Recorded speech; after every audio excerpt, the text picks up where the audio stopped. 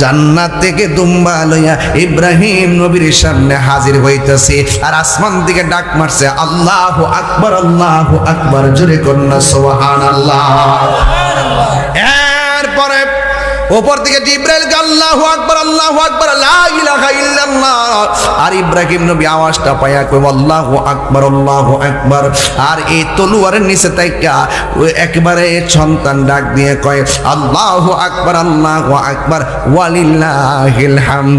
ইব্রাহিম নবীর স্লোগান, ওই জিবরাইলের স্লোগান, ইসমাইলের স্লোগান এখনো তাকবীর এই কোরবানিতে আছে না নাই?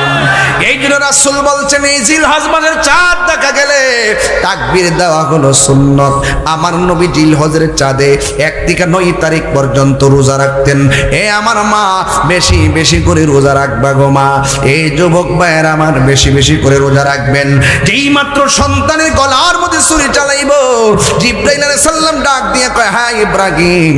আল্লাহ রাব্বুল আলামিন ডাক দিয়ে কয় ইয়া وَنَادَيْنَاهُ أَن يَا إِبْرَاهِيمُ اللَّهُ أَكْبَرُ وَنَادَيْنَاهُ أَن يَا إِبْرَاهِيمُ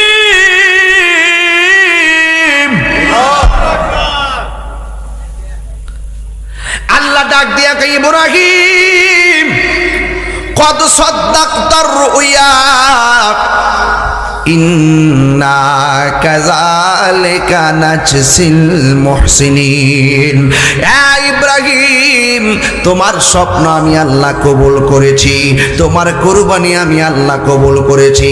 আর আমি আল্লাহ এভাবেই আমার ভালোবাসার বান্দাদেরকে পুরস্কার দিয়ে থাকি। তুমি না আমার হাজরাকে বলছো বড় লোকের বাড়িতে দাওয়াত খাইতে যাও, দাওয়াত খাইতে আসছো। আমার হাজরা যদি বলে বাপে পুতে মিল্লা দাওয়াত খাইছো, আমার জন্য তুমি কি এনেছো? এই জন্য তুমি কি বলবা? এই জন্য জান্নাতি দুম্বাটা তুমি জবাই কইরা এই গোশতটারে 3 ভাগ করবা। 1 ভাগ গরিব মিসকিনকে দিবা, আরেক ভাগ আত্মীয় স্বজনকে দিবা, আর একটা ভাগ আমার হাজরার জন্য বাড়িতে নিয়ে যাইবা। জোরে জোরে কি আল্লাহু আকবার বলা যাবে না? আল্লাহকে পাইতে গেলে পরীক্ষা দিতে হইব, কথা কোন ঠিক কিনা? যতই বিপদ আসুক না কেন ভরসা করবে একজনের উপর, তিনি কে? আর যদি তিনি কে? রাসূল বলছেন কুরবানি হলো ইব্রাহিম নবীর সুন্নত।